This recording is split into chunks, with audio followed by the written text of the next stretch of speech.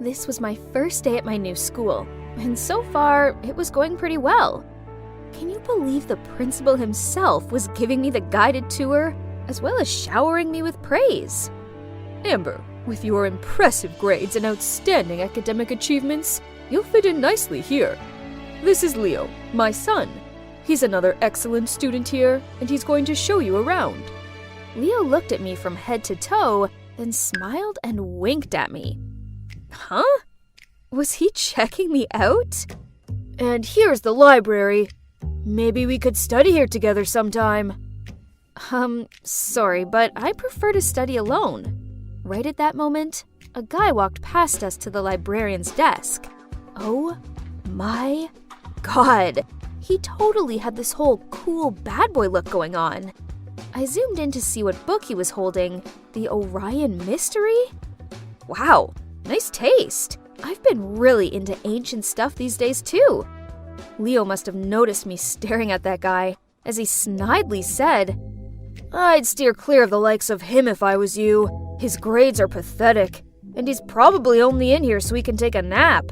He's below your league, while I'm far more suitable. Thanks for showing me around, but seeing your smug and scornful attitude towards others proves otherwise. Then I left, leaving a stunned-looking Leo behind.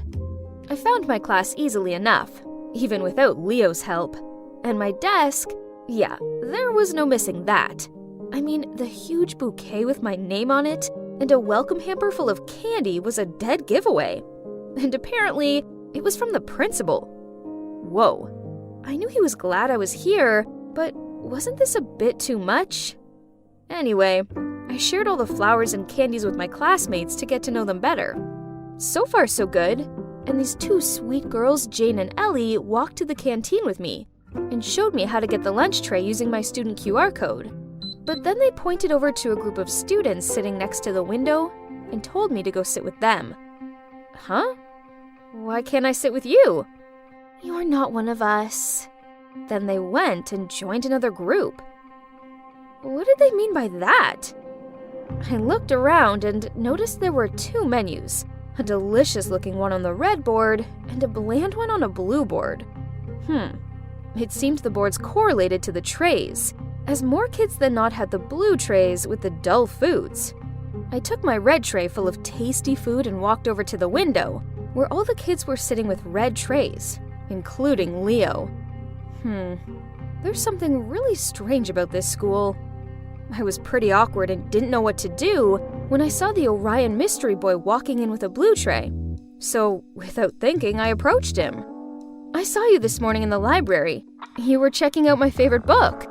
So, should I return the book or what? No, I just want to make friends.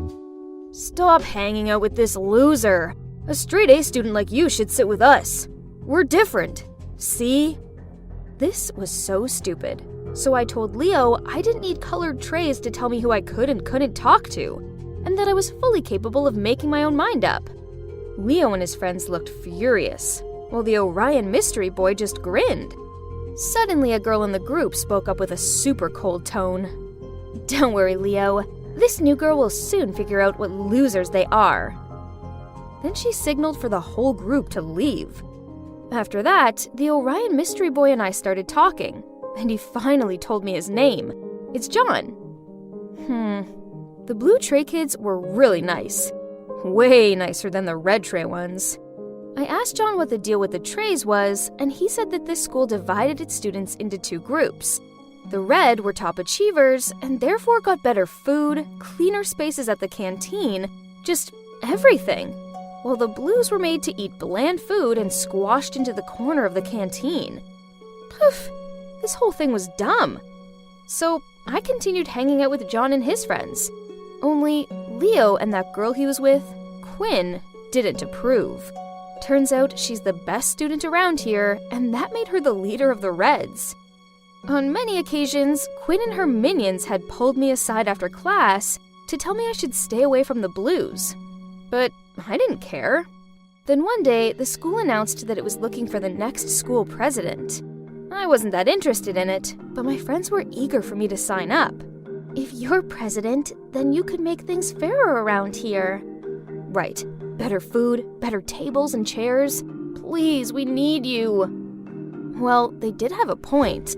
I really wanted them to have better things. And I suppose being school president would look good on my profile. So I signed up.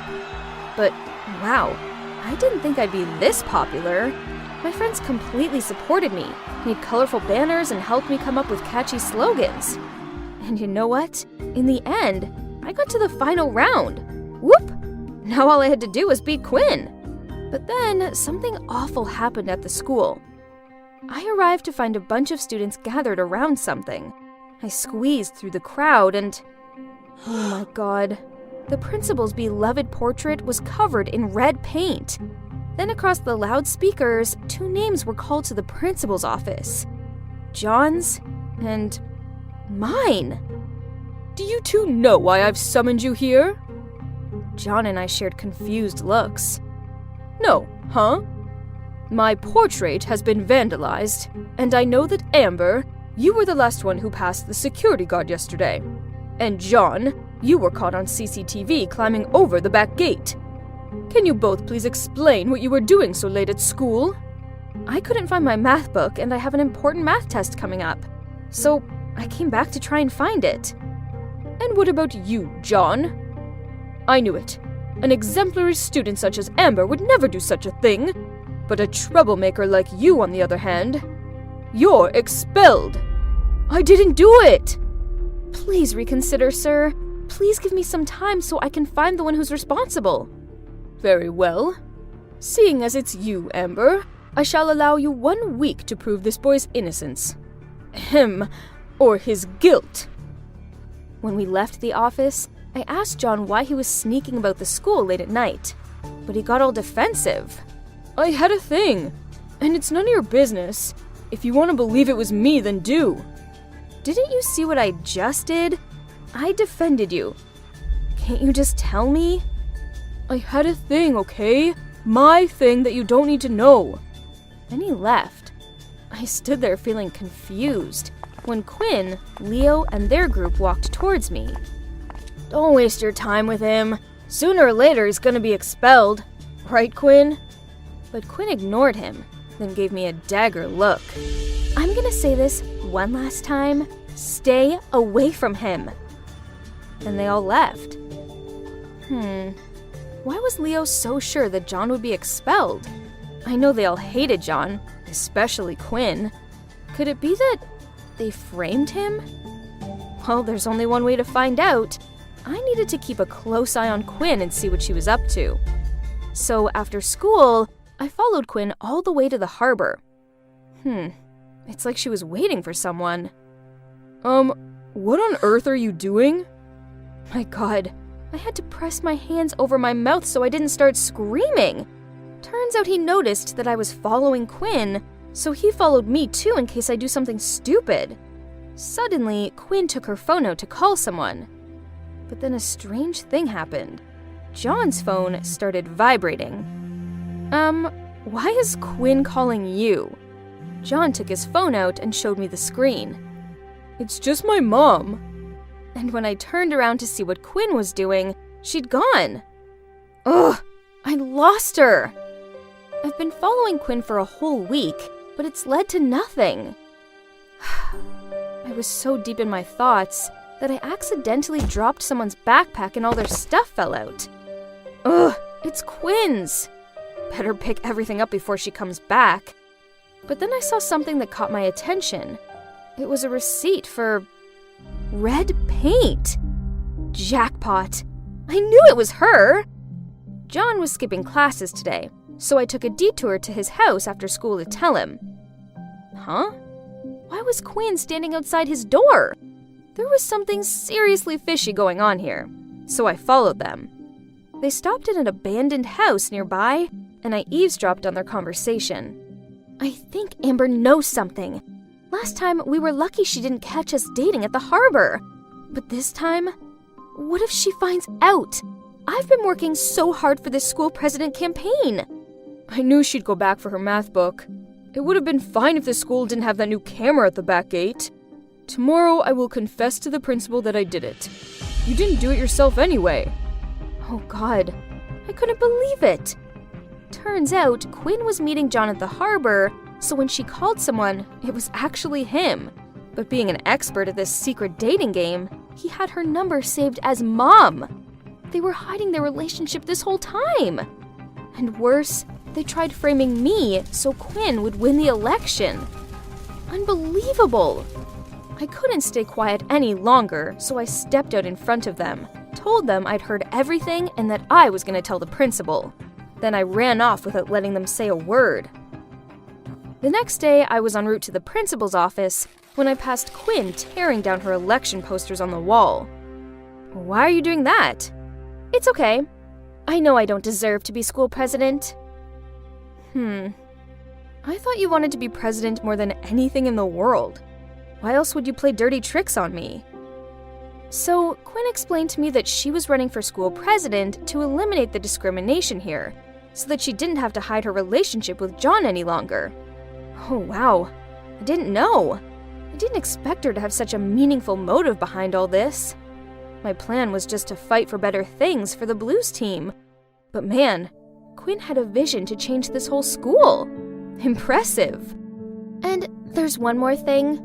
Since you're the principal's favorite student, we were afraid that if you become school president, despite your best efforts, things here would only get worse.